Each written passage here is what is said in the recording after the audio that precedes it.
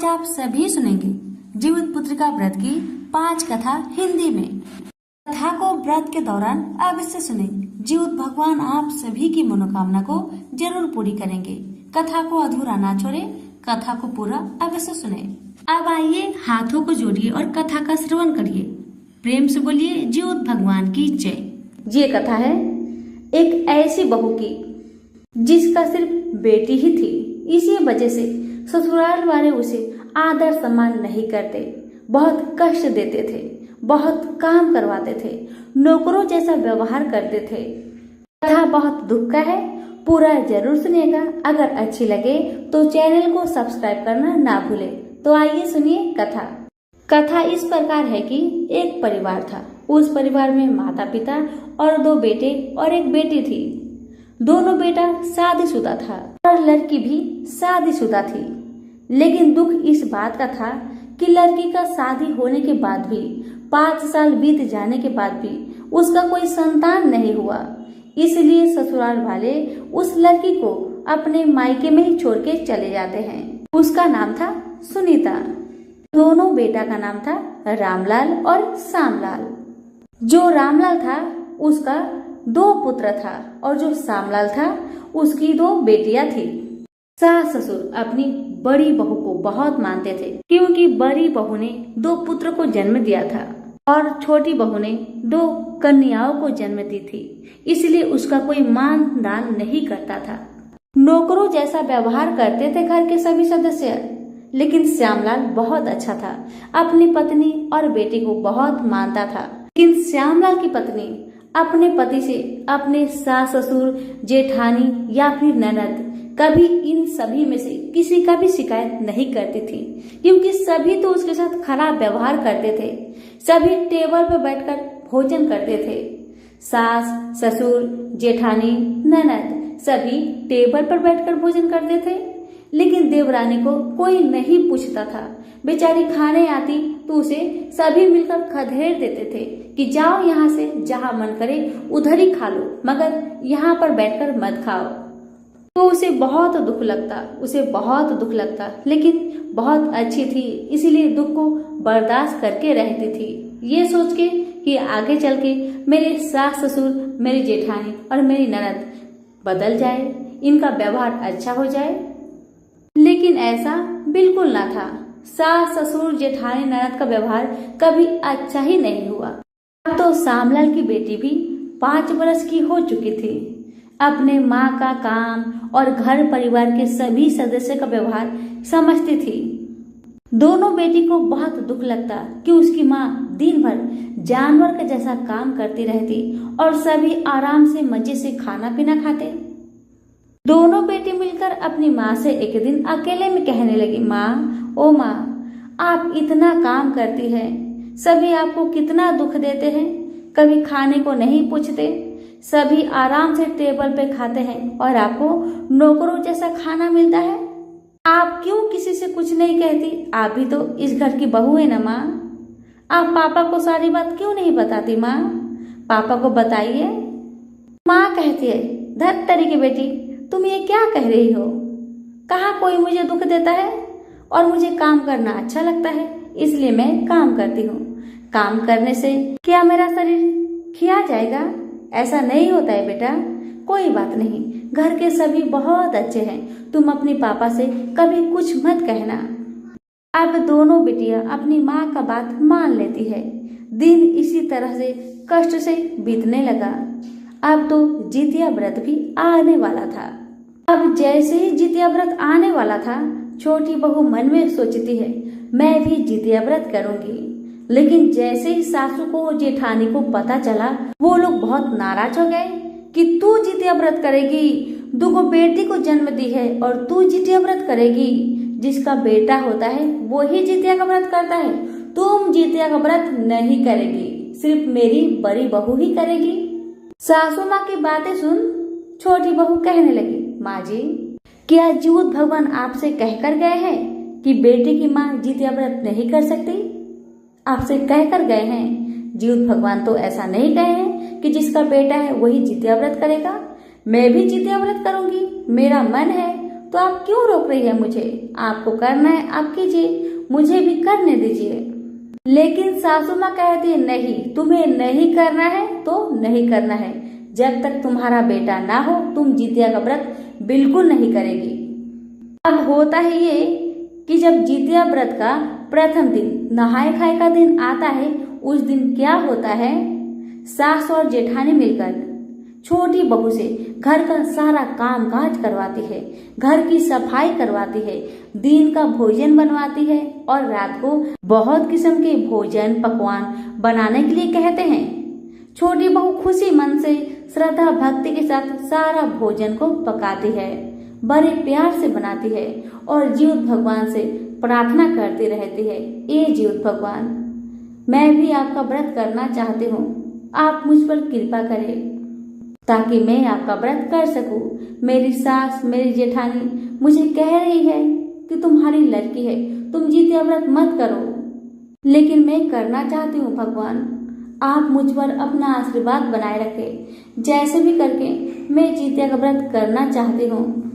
अब जैसे ही रात हुआ, रात का सारा भोजन जब पक गया, तब सासू माँ थोड़ा सा भोजन निकलवा के अपना कमरे में रखवा लेती है ताकि जिउत भगवान को भोर में दे सके।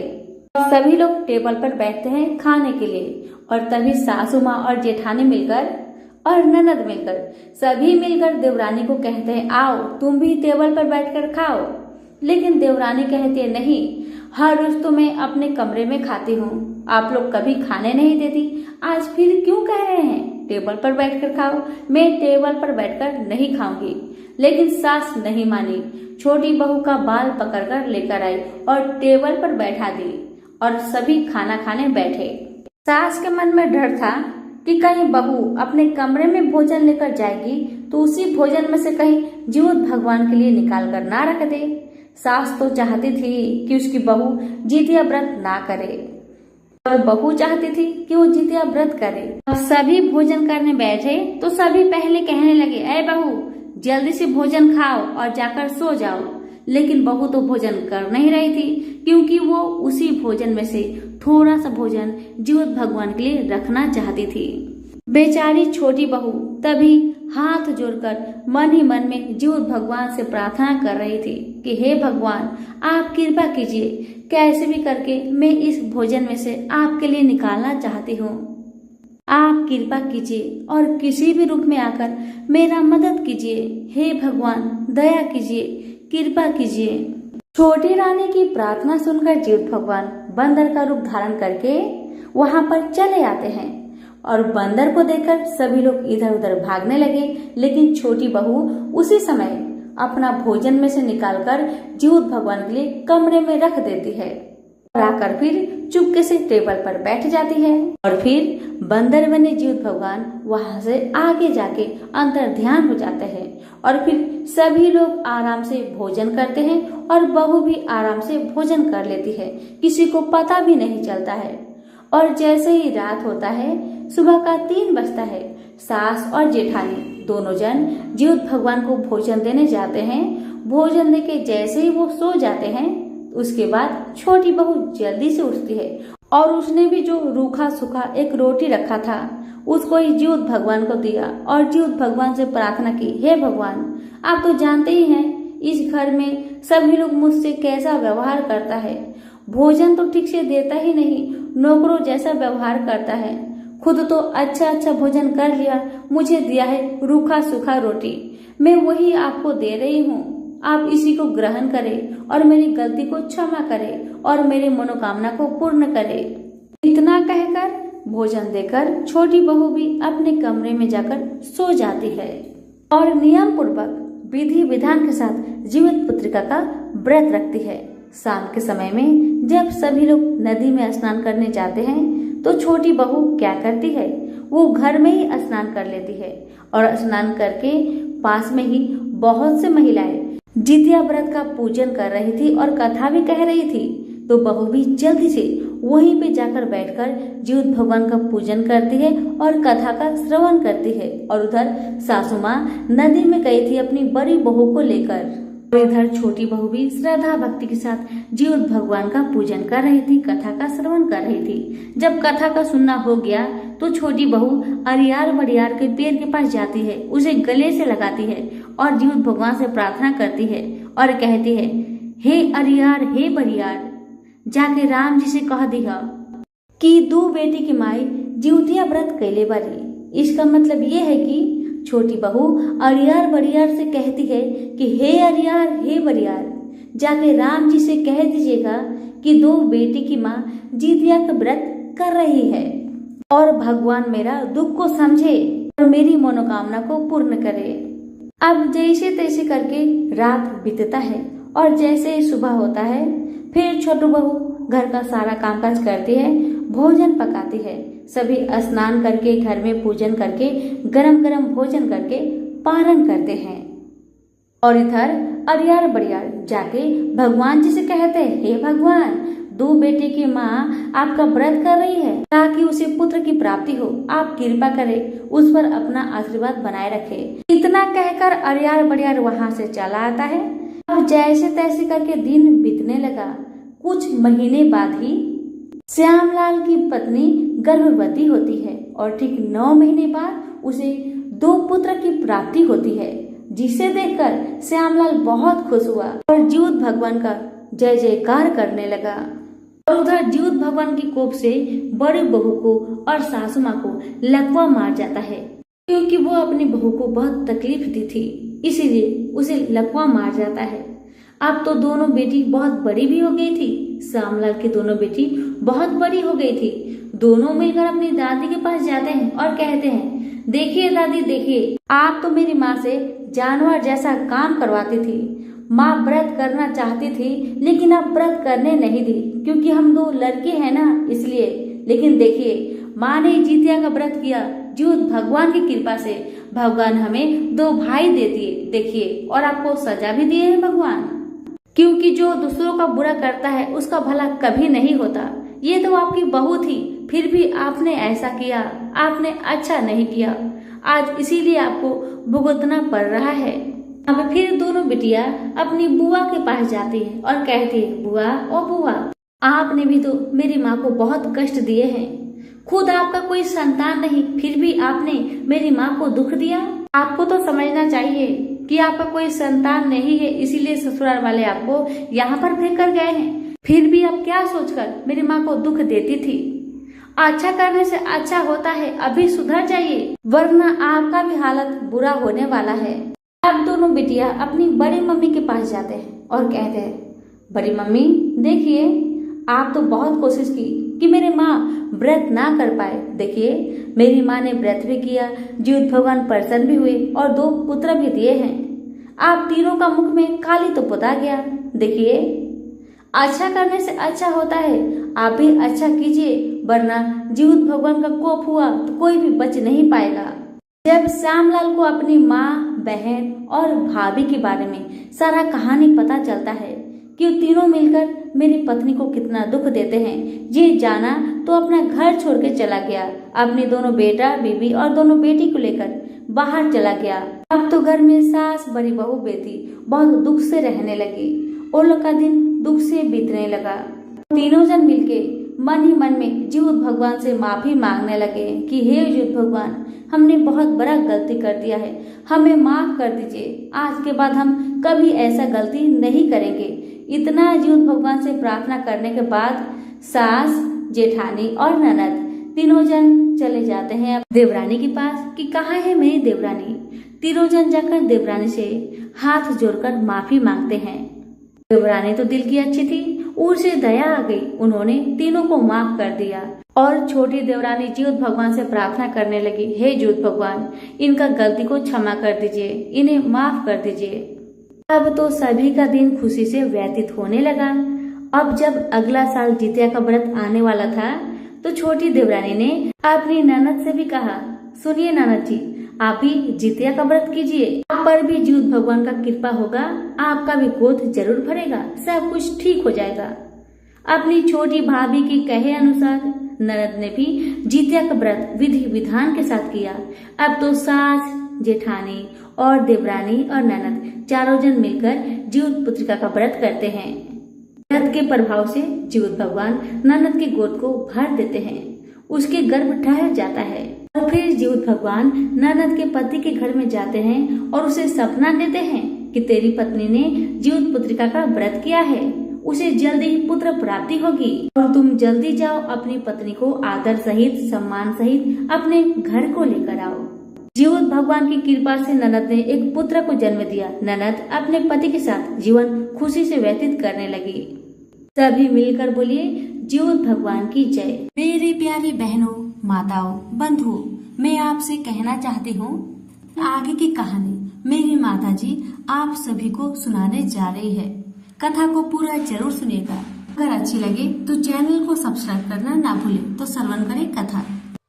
एक गांव था। उस गांव में एक परिवार था। उस परिवार में 2 लड़का 1 लड़की थी। बूढ़ी माई अपना बेटी को तो शादी कर दी थी, लेकिन उन्हें कोई संतान नहीं हुआ। उसलिए उनकी ससुराल वालों आकर उनकी महके में फेंक कर चला गया। वो बूढ़ी माई दोनों बेटा को शादी करवा चुकी थी। बड़ी बहू का 2 बेटा हुआ, छोटी बहू का 2 बेटी हुई।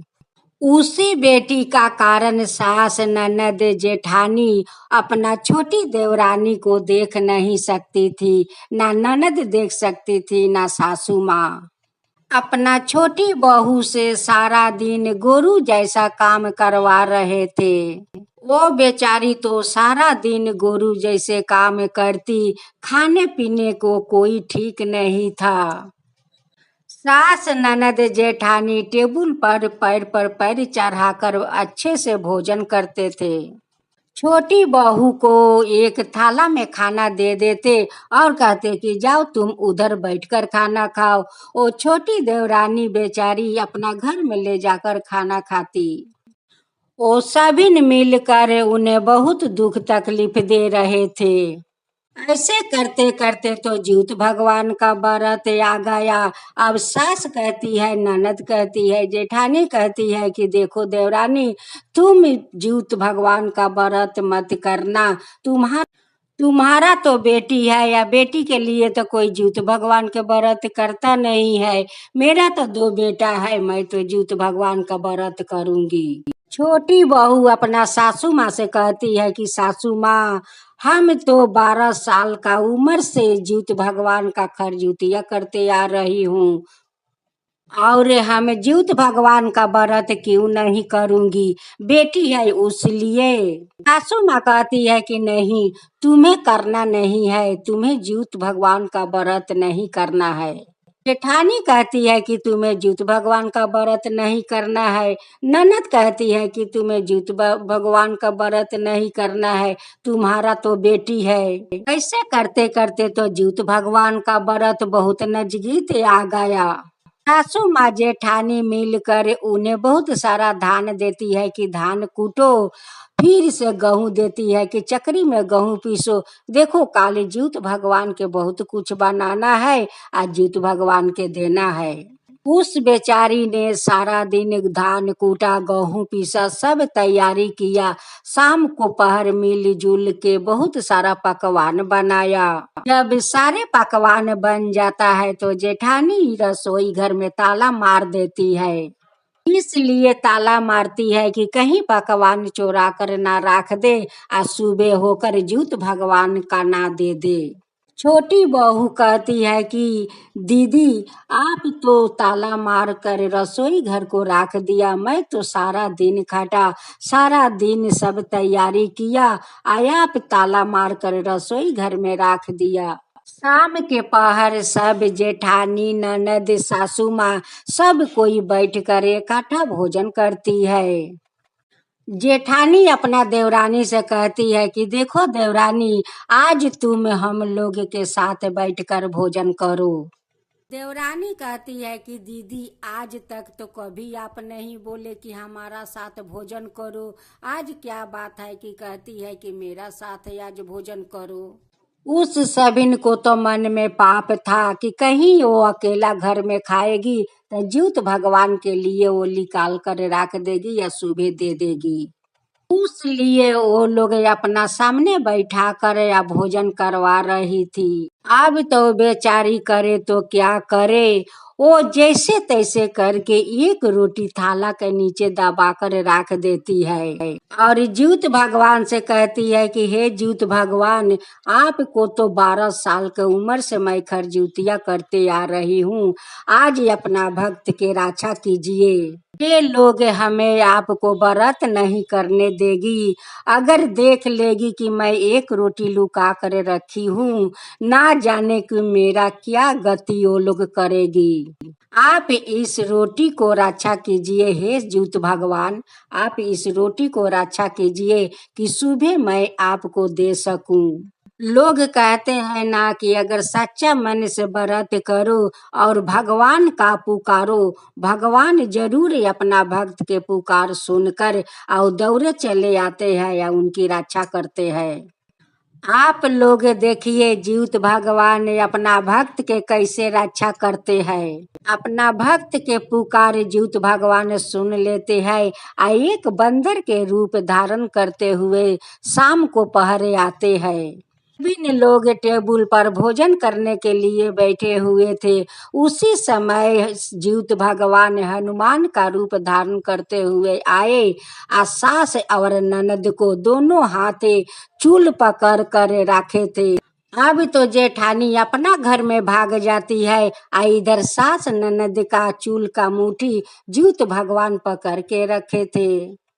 छोटी बहू कहती है कि यही मौका है, मैं रोटी निकाल कर जाकर घर में छुपा आती हूँ। रोटी ले जाकर घर में छुपा आती है, आया कर कहती है कि हे हनुमान बाबा, आप छोड़ दीजिए, वो लोग का चूल का मुट्ठी छोड़ दीजिए। अब तो हनुमान दोनों का चूल का मुट्ठी छोड़ देते हैं और चले जाते हैं। सास ननद अपना बड़ी बहू के साथ मिलकर ज्यूत भगवान का सवेरे के पहरे वो लोग भोजन देते हैं, चिलू सियारिन का भोजन देते हैं, देकर अपना अपना घर में जाकर सो जाते हैं। तभी न वो छोटी बहू उठती है और झिंगुनी के पाता में ले जाकर ज्यूत भगवान के देती है और कहती है कि हे ज्यूत भगवान, मेरा भोजन दे दिया हुआ आप स्वीकार कीजिए। हे ज्यूत भगवान, आप तो सब कुछ जानते हैं, सब कुछ देखते हैं कि मेरे ऊपर ये लोग मिलकर कैसे जुल्म कर। आप अगर नहीं आते और नहीं रोटी का रक्षा करते तो हे ज्यूत भगवान, आज मैं आपको क्या देती। अभी तो उसका परे दिन सब लोग उपास है। जब शाम हुआ सब लोग नदी स्नान करने गया। वो छोटी बहू गई, जाकर स्नान किया, ज्यूत भगवान का श्रद्धा भक्ति से कथा सुनी। कथा सुनकर घर आई। उसी समय उनकी सासू माँ द्वार पर चौकी पर बैठी हुई थी। उसी समय उनकी मुंह बेका हो जाता है और जबान छिन जाता है। अब तो बूढ़ी नहीं, इधर नहीं उधर मुड़ी घुमा नहीं सकती है और नहीं बोल सकती है। ये तो ज्यूत भगवान का चमत्कार था। जो जैसा करता है वैसा फल पाता है। अब तो सबेर हुआ, सभी ने लोग गरम गरम भोजन बनाया, गरम गरम से पारण किया। ज्यूत भगवान अपना भक्त को पेट में संतान दे देते हैं। जब 9 महीना हो गया तो वो जोरुआ बेटा को जन्म देती है। छोटी बहू का दोनों बेटी अपना दादी के पास जाती है और कहती है कि दादी देखो, जैसा कर्म किया है वैसा तुम्हारा फल मिला है। तुम तो मेरे माँ को ज्यूत भगवान का व्रत नहीं करने दोगी। देखो ज्यूत भगवान का चमत्कार कि तुम्हारा मुख तो बेका हो गया तो हो गया, फिर भी आपको जबान भी छीन गया। हाथ तो उठा सकती हो लेकिन मेरी माँ से माफी तो नहीं मांग सकती हो। दोनों बहन अपना फुआ के पास जाती है और कहती है कि फुआ देखो, ज्यूत भगवान का चमत्कार देखो। तुम लोग तो ज्यूत भगवान का व्रत माँ को करने नहीं दे रही थी। देखो ज्यूत भगवान का व्रत माँ जिद करके तो किया। आज देखो ज्यूत भगवान हम लोग का जोरा भाई दिया। फिर दोनों बहन जेठानी का पास जाती है। दोनों बहनें कहती है कि बड़ी माँ अब तो मेरी माँ को ज्यूत भगवान का व्रत नहीं करने देगी। माँ से सारा दिन काम करवाया, पर पकवान बनाया, लेकिन क्या हुआ, अब तो सारा पकवान रसोई घर में ताला मार दिया। फिर भी मेरी माँ ज्यूत भगवान का व्रत किया।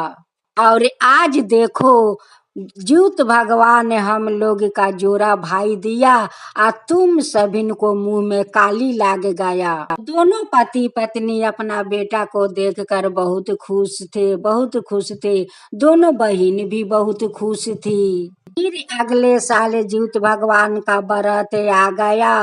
वो दोनों पति पत्नी बहुत श्रद्धा भक्ति से ज्यूत भगवान का व्रत करे और घाट पर बाजा बाजा कर गया। वहाँ स्नान किया, ज्यूत भगवान का कथा सुना। ये ज्यूत भगवान आप जैसे हमें रक्षा किया, वो लोग का मुंह पर ताला लगाकर मुंह काला किया। जो कोई हो जो आपका व्रत करने से रोके, उनको ऐसे ही साजा दीजिए। हे ज्यूत भगवान, ऐसे ही साजा दीजिए।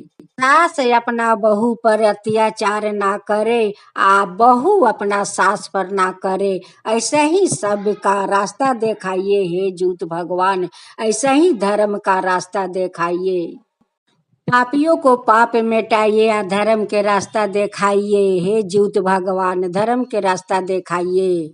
हे ज्यूत भगवान, आपको जो कथा कहता है, जो सुनता है, जो हुकारी पड़ता है, उन सब के ऊपर कृपा कीजिए, उन सब के ऊपर कृपा कीजिए। हे ज्यूत भगवान, ज्यूत भगवान की जय हो, ज्यूत भगवान की जय हो। एक बुढ़िया माई का एक बेटा बहू और 2 पोता पोती थे। बूढ़ी माई तो बहुत अच्छी थी, लेकिन उनकी बहू अच्छी नहीं थी।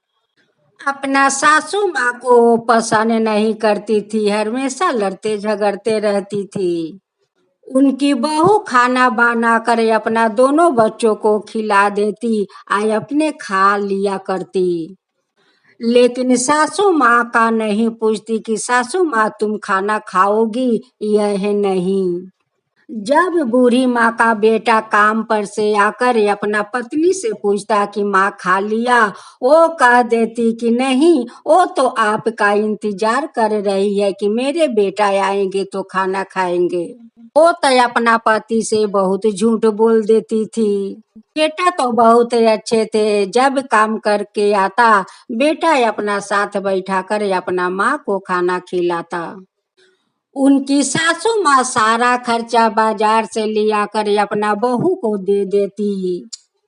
फिर भी उनकी बहू उन्हें पसंद नहीं करती, हमेशा उनका साथ तू में करते रहती थी। जब जब उनकर पति काम पर से आया करता, अपना पत्नी से पूछता कि माँ मेरी खाना खा ली, वो तो झट देकर झूठ बोल देती कि हाँ खाना तो अभी तक नहीं खाई, आपको जो वो इंतजार कर रही है कि मेरा बेटा आएंगे तो मैं खाना खाऊंगी। लेकिन उस सासू माँ ने अपना बहू को तिलिया चली तरह अपना बेटा को कभी नहीं बताती, क्योंकि घर में तो अशांति लाग जाएगा। उसलिए सासू माँ अपना बेटा से कुछ नहीं कहती अपना बहू के बारे में। उनकी बहू तो बहुत स्वार्थी थी, अपना पति से कहती है कि हमें मंदिर ले चलिए भगवान को दर्शन करवाने के लिए। वो कहते हैं कि ठीक है चलो तुम्हें ले चलती हूँ दर्शन कराने के लिए, लेकिन माँ के साथ ले लो। जब माँ का नाम सुनती है तो जब उनकी माँ का नाम सुनती है तब तो उनकी शरीर में ज्वालामुखी फूटने लगता है।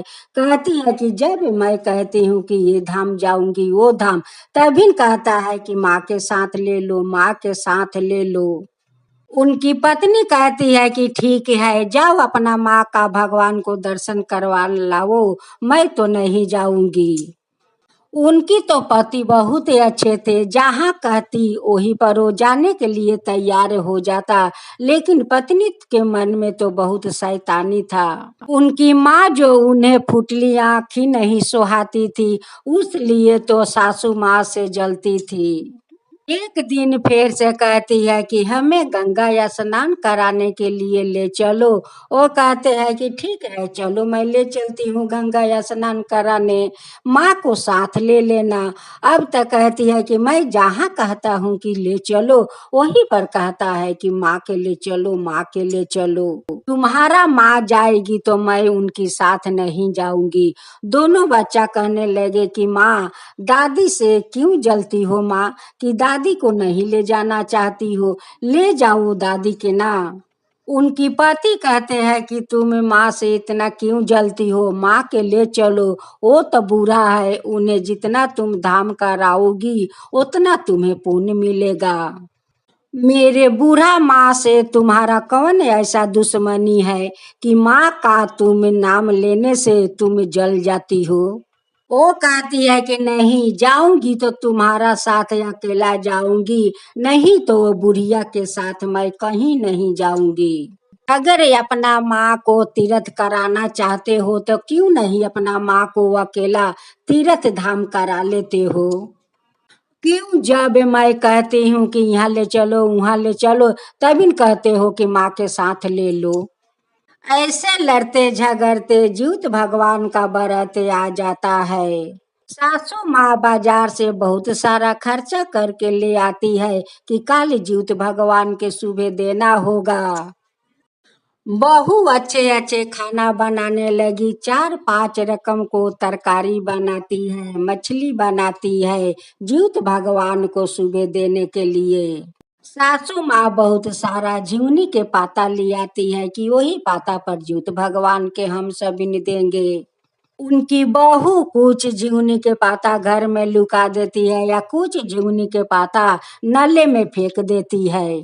जब भी सभी ने लोग खाना खाकर सो गया, जब भोर हुआ ज्योत भगवान का भोजन देने के समय, तब तो बूढ़ी जो झिंगुनी के पाता था उस पर बहू डबल डबल पाता करके उसी पर ज्योत भगवान का भोजन देती है, चिलू सियारिन का भोजन देती है। जब सासू माँ उठ कर देखती है तो झिंगुनी के पाता नहीं है। वो क्या करती, वही पाता से एक एक पाता टान कर ले आती है और उसी पाता पर ज्योत भगवान का या चिलू सियारिन का भोजन देती है।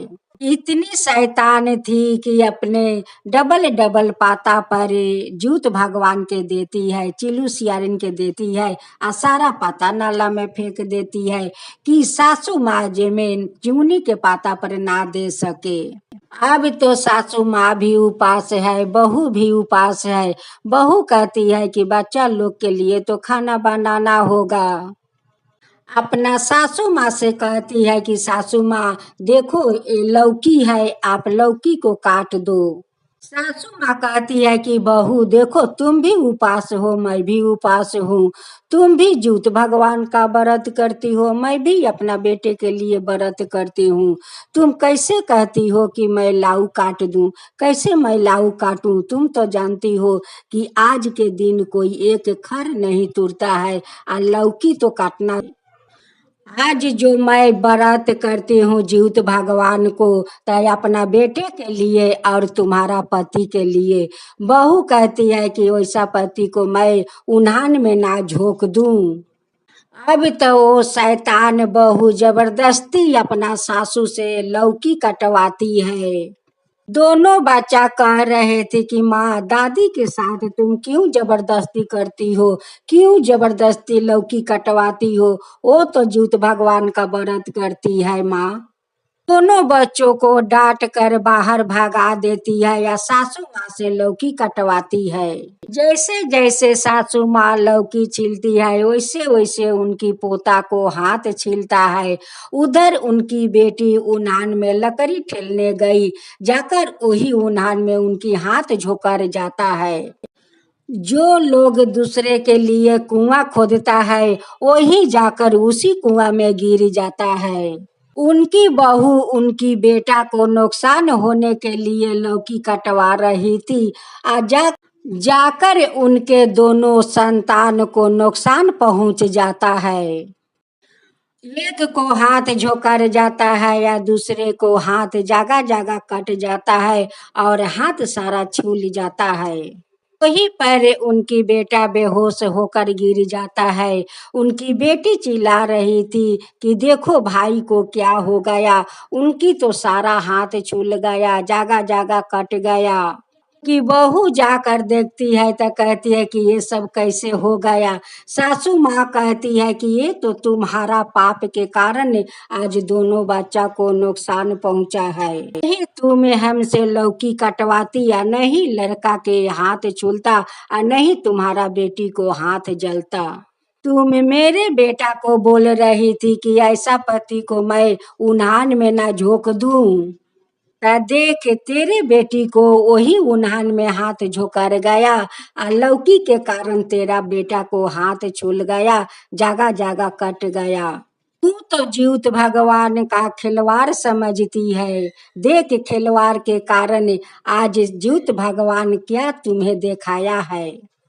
सास और बहू डॉक्टर का पास जाती है। डॉक्टर दवा लगा देते हैं और बैंडेज लगा देते हैं। दोनों बच्चों को लेकर घर आते हैं। उसी समय उनकी पति काम पर से आया और कहने लगा कि बच्चों तुम लोग का हाथ में क्या हो गया है कि तुम लोग के हाथ में बैंडेज लगा है। अपना पत्नी से जाकर पूछता है कि मेरा बच्चा को दोनों हाथ में क्या हुआ है।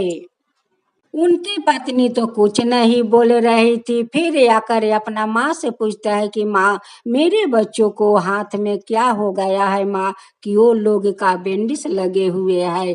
माँ तो डर के मारे नहीं बोलती है कि ये तो घर में लगा देगा झगड़ा।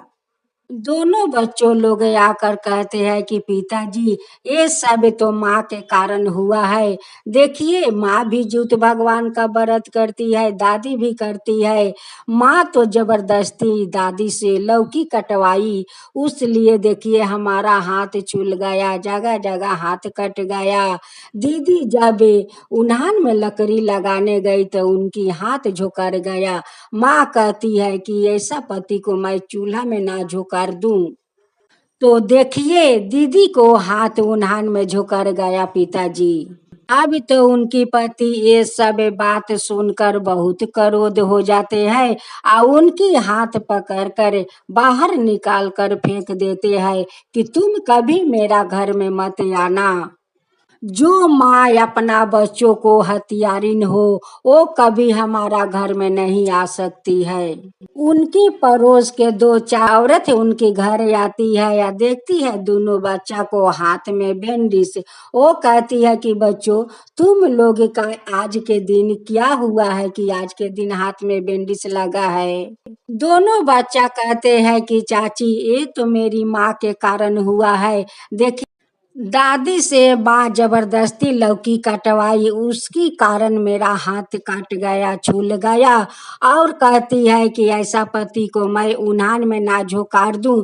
तो देखिए चाची मेरे दीदी को हाथ झोकर गया उन्हान में।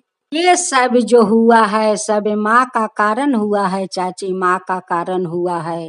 अब तो सभी औरत लोग उन्हें थू थू करने लगी कि कैसी हथियारिन माँ है कि आज के दिन अपना सासू माँ से लौकी कटवाती है जबरदस्ती। आज उनके दोनों बच्चों को तो नुकसान पहुंचा। एक ऐसी हथियारिन माँ है कि अपने बच्चों को इतना दर्द देती है। एक ऐसी हथियारिन माँ है कि अपने बच्चों को कितना दुख तकलीफ पहुंचा देती है। आज भोग रहे हैं तो वो दोनों बच्चों भोग रहे हैं। उस हथियारी ने एक गाछ के पास जाकर बैठकर रो रही थी। अब तो इधर शाम हो गया, सब औरत लोग नदी नहाने जा रही थी। अब तो सासू माँ का मन नहीं मान रहे थे कि सब लोग तो नदी स्नान करने जा रहे हैं और वो तो गाछ का बीड़ी जाकर बैठी है। सासू माँ उनकी कपड़ा ले लेती है और जाकर कहती है कि चलो, सब कोई तो नदी स्नान करने जा रहे हैं, चलो तुम भी कर लो। वो अपना सासू माँ का दोनों पैर पकड़ कर माफी मांगती है कि सासू माँ हमें माफ कर दीजिए, हम तो आपका अपराधी हूँ, आपका पोता पोती को अपराधी हूँ, मैं बहुत पापिन हूँ, हमें माफ कर दीजिए सासू माँ। सासू माँ कहती है कि चलो वही नदी स्नान करके तुम ज्योत भगवान से माफी मांग लेना, ज्योत भगवान हो सके तो तुम्हें माफ कर देंगे, तुम ज्योत भगवान से माफी मांगो। जाकर घाट पर सास बहू स्नान करती है, ज्योत भगवान का गाथा सुनती है और वही पर मूरी पटक कर ज्योत भगवान से माफी मांगती है। ज्योत भगवान हमारा दोनों बच्चों को माफ कर दीजिए, मैं पापिन हूँ, मैं तो अपराधीन हूँ, मुझे शास्ति दीजिए, लेकिन हम मेरा बच्चों लोग को ठीक कर दीजिए।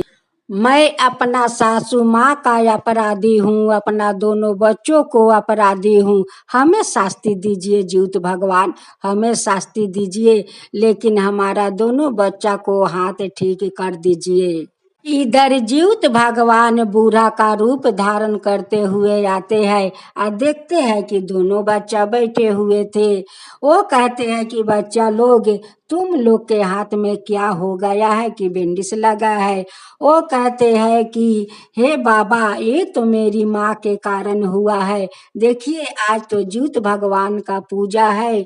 माँ आज के दिन दादी से लौकी कटवाई और पिताजी को कहती है कि ऐसा पति को चूल्हा में ना झोंक दूं, तो देखिए मेरा दीदी को हाथ उन्हान में झोंकर गया।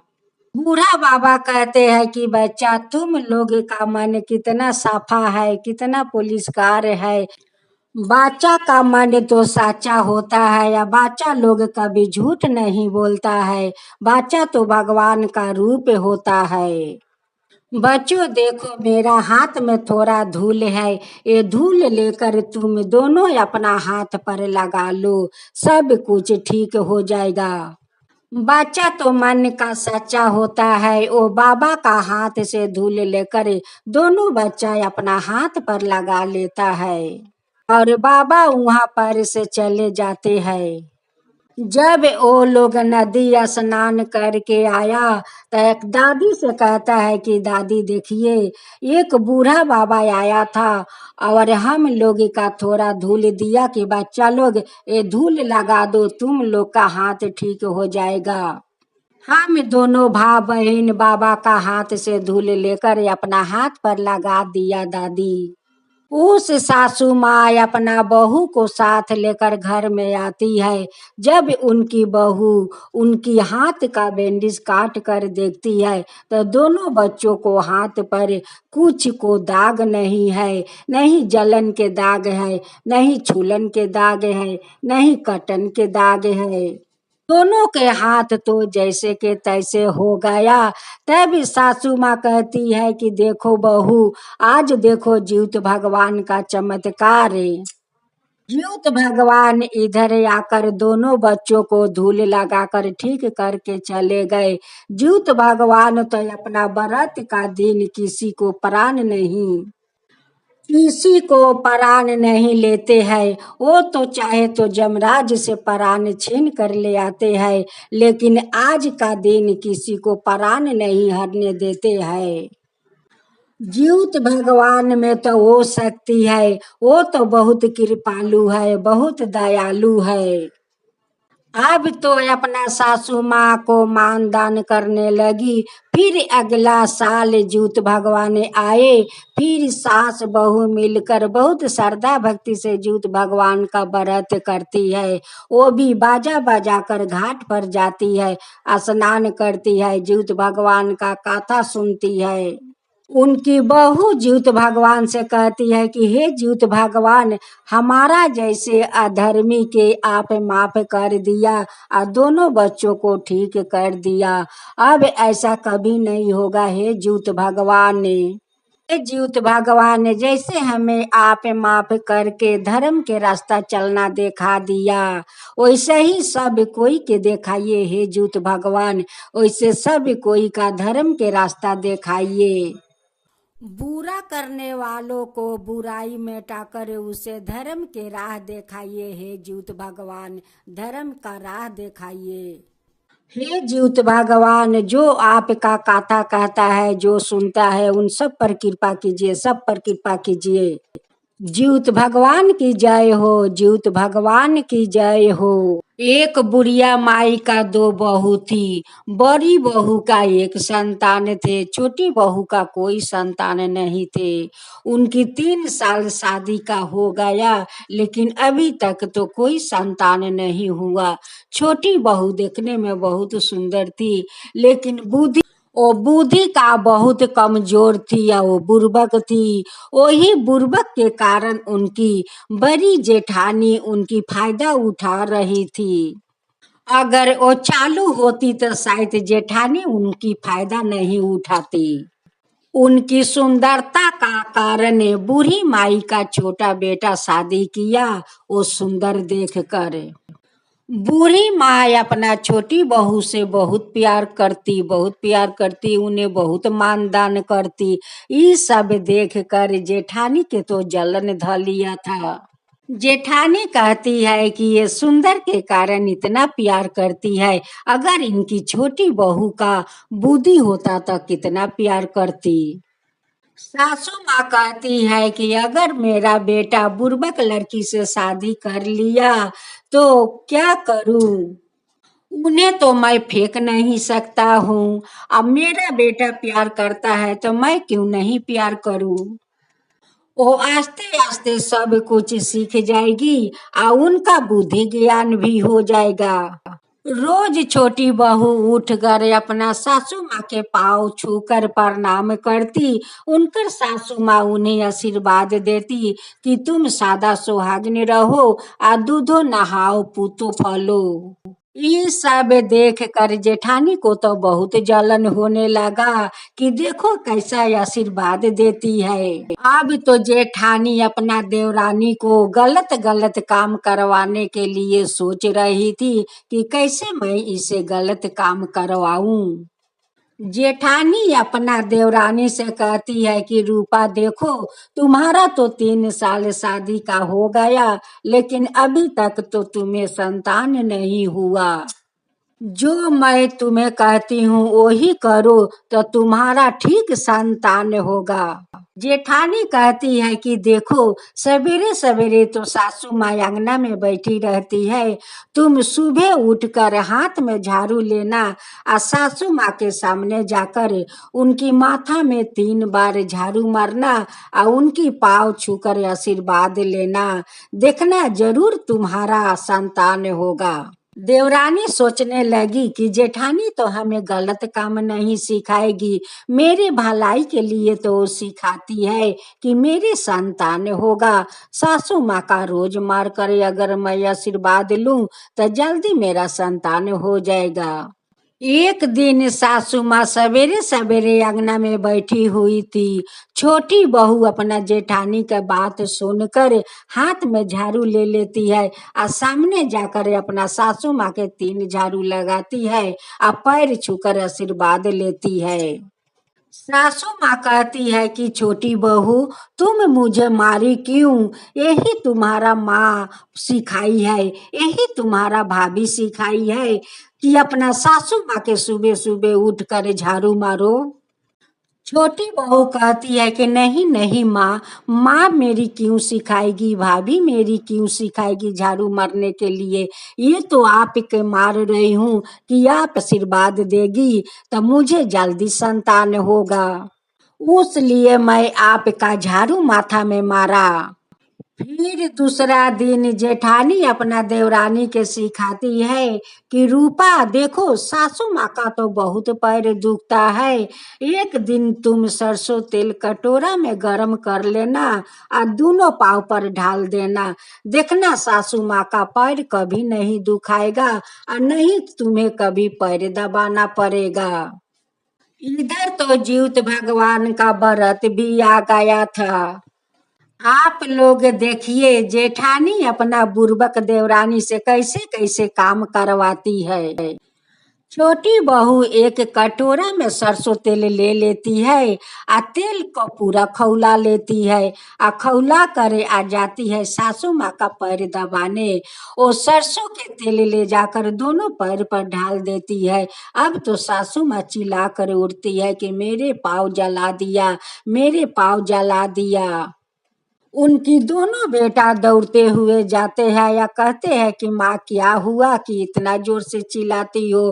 कहती है कि देखो छोटी बहू मेरे पैर पर सरसों के तेल खौला कर डाल दिया, हमारा तो दोनों पैर जल गया। अब तो रूपा के पति सोचने लगा कि मेरे पत्नी तो इतना बुर्बक नहीं है कि मेरी माँ को रोज झाड़ू मारेगी और सरसों तेल गरम करके माँ के गोर पर ढाल देगी, इतना तो वो बुर्बक नहीं है। रूपा जिलेबी का लोभी बहुत थी, जिलेबी का नाम सुनकर कुछ भी कर सकती है।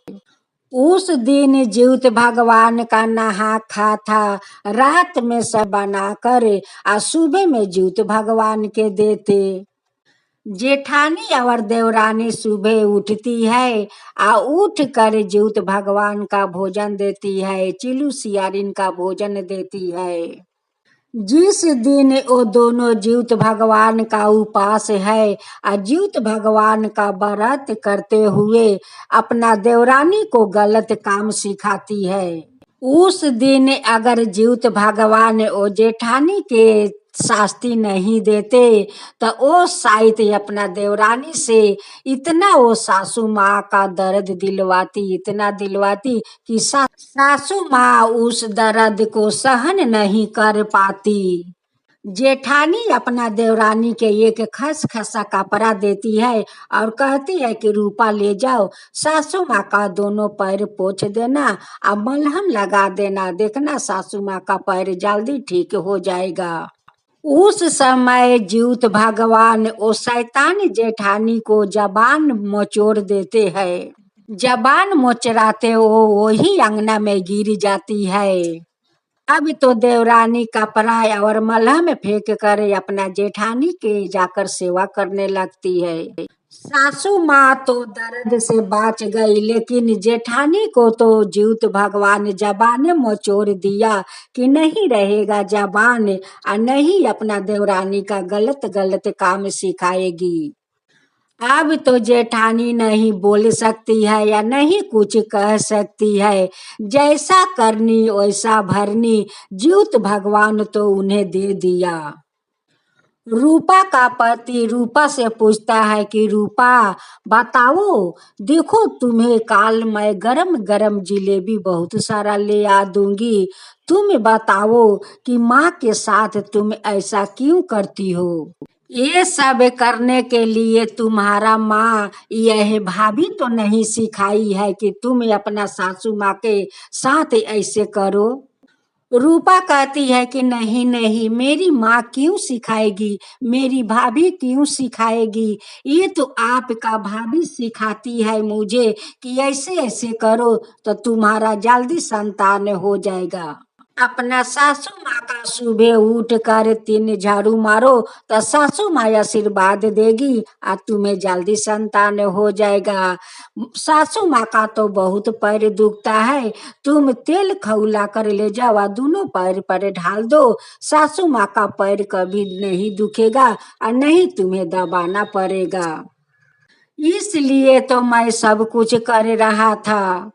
ये सब बात सुनकर रूपा का पति और उनकी माँ, ये सब बातें सुनकर दोनों को तो मन में बहुत तकलीफ होता है कि ये मेरी बड़ी बहू कितना हरामी है कि देखो छोटी बहू से सिखा सिखा कर ये सारे गलत काम करवा रही है। उनकी पति कहते हैं कि यही तो मेरा पत्नी को सिखा सिखा कर ये सारे गलत काम करवा रही है, क्योंकि मेरे पत्नी बुर्बक है, यही बुर्बक को फायदा उठा रही है। अब तो शाम हो गया, सभी ने औरत लोग नदी नहाने जा रही है। सभी औरत लोग नहा नहा कर ज्योत भगवान का श्रद्धा भक्ति से गाथा सुनती है। गाथा सुन कर आती है तो अरेर बरेर से मिलती है और शाम के पहर वो लोग जेठानी का सपने में ज्योत भगवान आते हैं और कहते हैं कि अरे दुष्ट औरत है, तू अपना देवरानी का भोला भाला देख कर कितना तू गलत काम करवा रही है। तेरा मन में कितना शैतानी भरा है, तेरा मन कितना मैला है रे, तेरा मन तो बहुत मैला है। देख आज उसी शैतानी के कारण तेरा जबान छीन गया, तू बोल नहीं सकती है और ना कोई से तू माफी मांग सकती है। अब तो सपने में हाथ जोड़ रही है, गिलगिला रही है, लेकिन माफी नहीं मांग सकती है और नहीं कुछ कह सकती है, क्योंकि जबान तो है नहीं कि वो बोल सके और यह माफी मांग सके। अब तो सभी लोग सुबह उठकर गरम गरम बनाकर भोजन करते हैं, लेकिन जेठानी तो ज्योत भगवान का नहीं व्रत कर सकी और ना पारण कर सकी। अब तो ज्योत भगवान रूपा को माँ बना देते हैं। बड़ी बहू आती है, अपना सासू माँ का दोनों पैर पकड़ कर रोती है और गिलगिलाती है, लेकिन तो कुछ कह नहीं पा रही है और नहीं माफी मांग रही है, क्योंकि जबान तो है नहीं कि वो माफी मांग सके। अब तो उनकी रोना धोना देख कर सासू माँ को तो माया आ गया, आओ तो अपना बड़ी बहू को माफ कर दिया। सासू माँ ज्योत भगवान से कहती है कि हे ज्योत भगवान, है तो मेरा बहू, इसको माफ कर दीजिए ज्योत भगवान, मैं तो माफ कर दिया, आप भी माफ कर दीजिए हे ज्योत भगवान, आप भी माफ कर दीजिए, इसे माफ कर दीजिए ज्योत भगवान, ये अब कभी ये शैतानी नहीं करेगी, कभी शैतानी नहीं करेगी और आपका अगले साल बहुत श्रद्धा भक्ति से ज्योत व्रत करेगी। इसे माफ कर दीजिए ज्योत भगवान, इसे माफ कर दीजिए, आप नहीं करेंगे तो कौन करेगा भगवान। सब लोग भोजन करके सो जाते हैं, लेकिन जेठानी को तो आंख में अंगी नहीं है, उनकी हालत देख कर तो आंख में अंगी नहीं आता है। वो चुपचाप सोई है, वैसे उनकी छाती के ऊपर एक बिच्छू उठ जाता है और बिच्छू देख कर इतना जोर से चिल्लाती है, इतना जोर से चिल्लाती है कि उनकी जबान ठीक हो जाता है। वो तो बोलने लगी और कहने लगी कि अब मैं बोल सकती हूँ, ज्योत भगवान हमें माफ कर दिया, हमारा जबान दे दिया, मैं अब बोल सकती हूँ। जाकर अपना देवरानी से माफी मांगती है, अपना सासू माँ से माफी मांगती है, अपना पति से माफी मांगती है, देवर से माफी मांगती है, सब कोई से माफी मांगती है। हम तो पापी है सासू माँ, हमें माफ कर दीजिए, हम तो अधर्मी है सासू माँ, हमें माफ कर दीजिए, ना जाने देवरानी से आपको क्या क्या करवा कर आपको शास्ति दिलवाया, झाड़ू से मार खिवाई, गरम तेल ढलवा दिया सासू माँ, हमें माफ कर दीजिए, ऐसा पाप अब हमसे कभी नहीं होगा, ऐसा पाप हमसे कभी नहीं होगा सासू माँ। देवरानी खूब सुंदर एक बेटी के जन्म देती है। देखते देखते फिर ज्योत भगवान आ गया। अब तो जेठानी देवरानी दोनों श्रद्धा भक्ति से ज्योत भगवान का व्रत कर रही थी। दोनों जेठानी देवरानी मिलकर घाट पर गई, स्नान किया, ज्योत भगवान का कथा सुना, अरेर बरेर से मिला और जेठानी कहती है कि हे ज्योत भगवान, आप तो हमें माफ कर दिया, मेरा जबान दे दिया हे ज्योत भगवान, अब मुझसे इतना बड़ा गलती नहीं होगा। अब कभी मैं ऐसा गलती नहीं करूंगी जीउत भगवान, कभी नहीं करूंगी। हे जीउत भगवान, जैसे वो जेठानी का आप जबान छीन कर उन्हें शास्ति दिया, आप उन्हें धर्म के रास्ता पर चलना सिखाया, वैसा ही सभी का धर्म के रास्ता दिखाइए और सभी को सिखाइए कि वैसे ही धर्म का रास्ता चले, आप पाप का रास्ता छोड़ दे। नहीं तो पाप करने वालों को वैसा ही दंड दीजिए। हे ज्यूत भगवान, वैसा ही दंड दीजिए। हे ज्यूत भगवान, जैसे जेठानी का जबान ठीक कर दिया, उनकी देवरानी का बुद्धि ज्ञान दे दिया, उनकी संतान दे दिया, देकर सब मनकामना पूरा कर दिया, वैसा ही सभी का मनकामना पूरा करिए और सबके ऊपर कृपा कीजिए। जो आपका कथा कहता है, जो सुनता है, जो हुंकारी पड़ता है, उन सभी लोग का ऊपर कृपा कीजिए, उन सभी लोग का ऊपर कृपा कीजिए। ज्यूत भगवान की जय हो, ज्यूत भगवान की जय हो। एक बहन अपना नैहर में आ रही है ज्यूत भगवान का व्रत करने के लिए।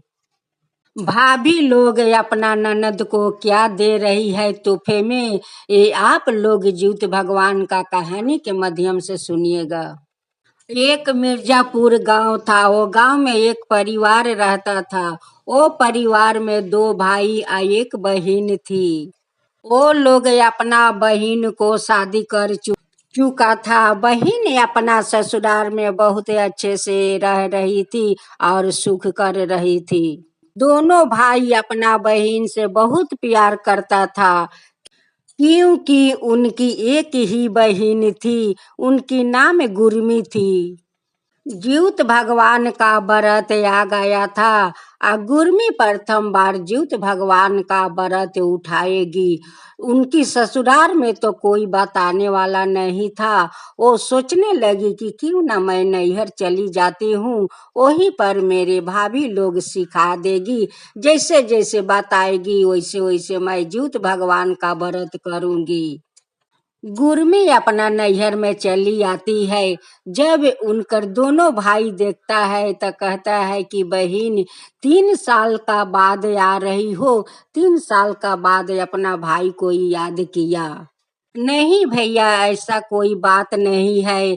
तुम लोग तो जानते हो कि मेरा ससुराल में कोई देखभाल करने वाला तो नहीं है। मैं तो प्रथम बार ज्यूत भगवान का व्रत उठाऊंगी, उसलिए भैया मैं नैहर चली आई हूँ।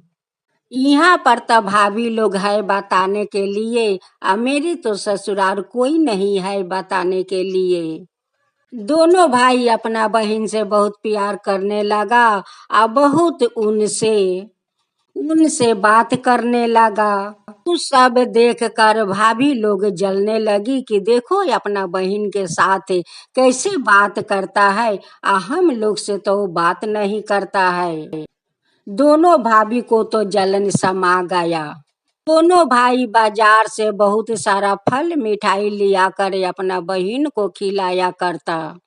कल ही नहाकर खाना था, उसलिए दोनों भाई बाजार से बहुत अच्छे से साग सब्जियां ले आया, माछ ले आया।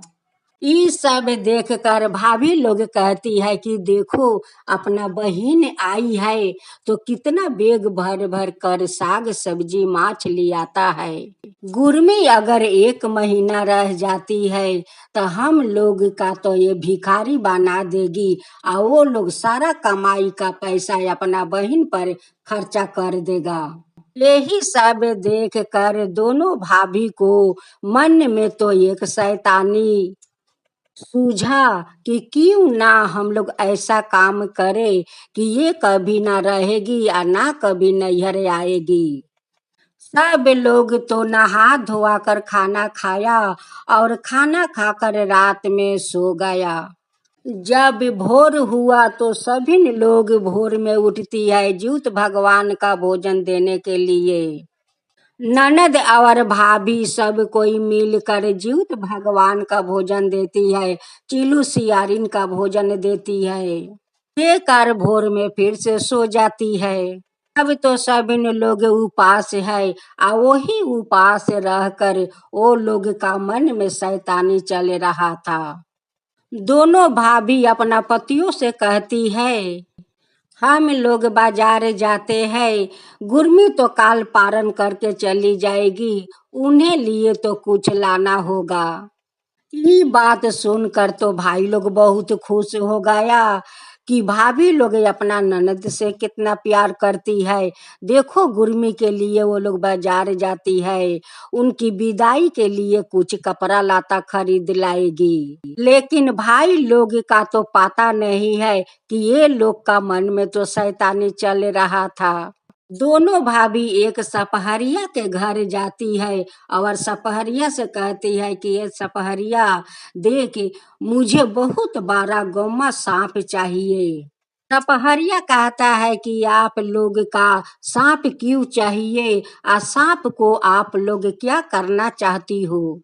बड़ी भाभी कहती है कि देखो सफरिया, तुम्हें तो पैसा से मतलब है, सांप से तो मतलब नहीं है। सांप से तो मतलब हम लोग का है।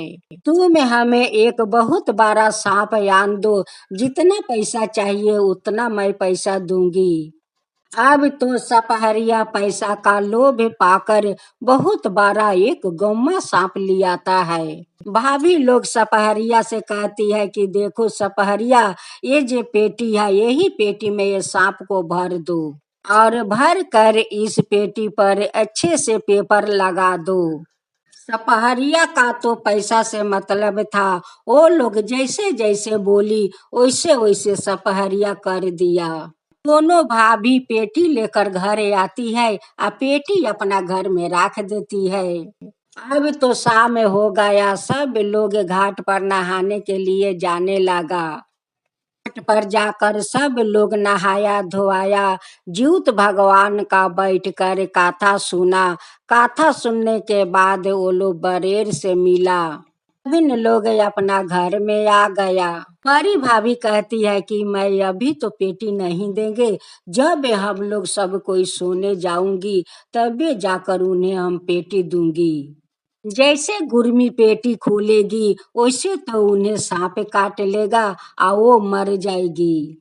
जब सब कोई अपना अपना घर में सोने चला गया, बड़ी भाभी आस्ते देखने जाती है गुरमी का घर में और कहती है कि गुरमी ये तोहफा लो। देखो गुरमी, ये तोहफा अपना भाई लोग के मत बताना, कल सवेरे अपना भैया लोग का सरप्राइज देना गुरमी।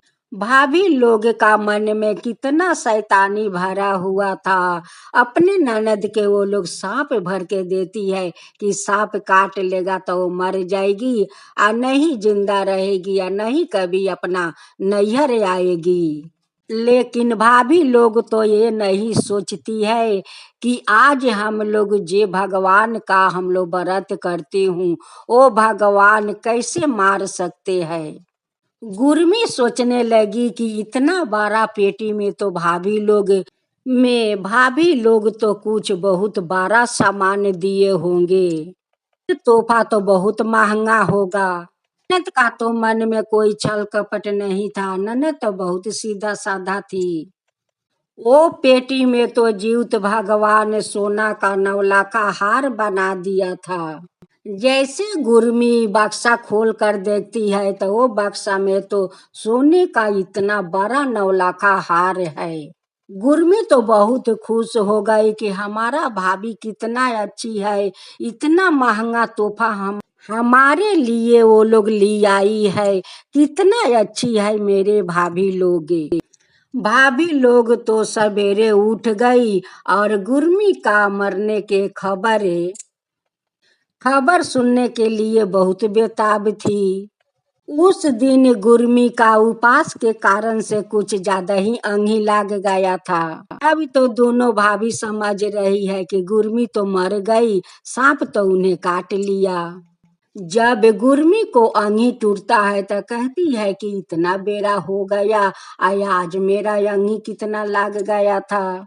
जब भाभी लोग गुरमी के देखती है तो कहती है कि गुरमी तो जिंदा है, वो तो अभी तक मरी नहीं है, शायद उन्हें सांप नहीं काटा है। भाभी लोग कहती है कि गुरमी तुम अपना तोहफा खोलकर नहीं देखी है।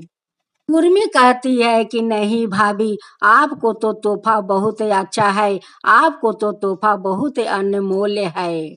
आप लोग जैसा सब कोई का भगवान भाभी दे। गुरमी का देने के लिए भाई लोग अपना पत्नियों से पर पकवान बनवाया, दौरा में सजवाया।